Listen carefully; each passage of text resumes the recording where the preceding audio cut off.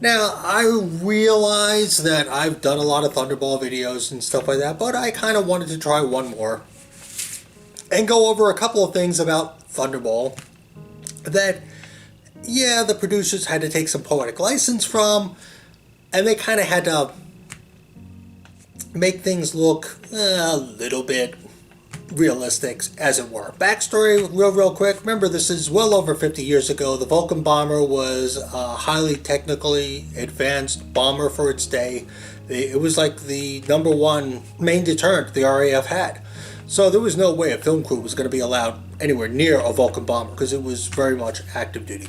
They've got a special dignitary. They've got somebody who's basically from NATO.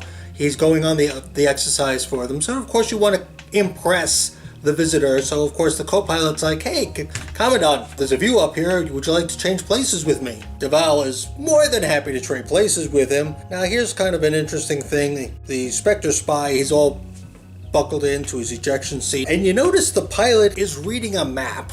If you remember from the briefing, they were cruising at about 45,000 feet. Now, if you look at this picture, you could tell that the Vulcan bomber, it's outside. It's maybe the pre-dawn hours. There are clouds around, so I seriously doubt you're going to be able to see anything down at the ground.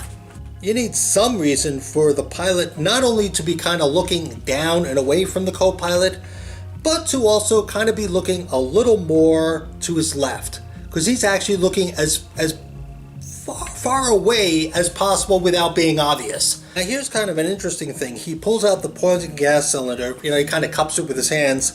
He realizes once he gets the poison into the oxygen system, they're all dead. But if you look at this video clip of a real Vulcan bomber, there's the pilot, there's the co-pilot, there's not a lot of room. So if you've got like a poison gas cylinder that's kind of squeezed in between your legs there, you're going to notice that. I don't care if you are reading a map.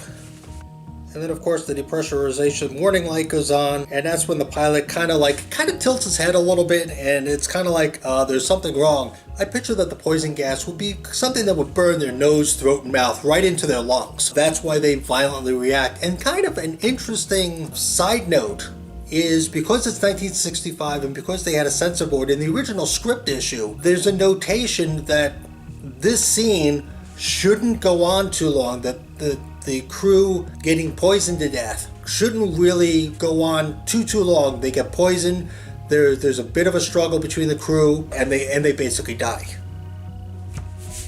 Maybe next week we'll go over the part where Largo comes in, kills the co-pilot.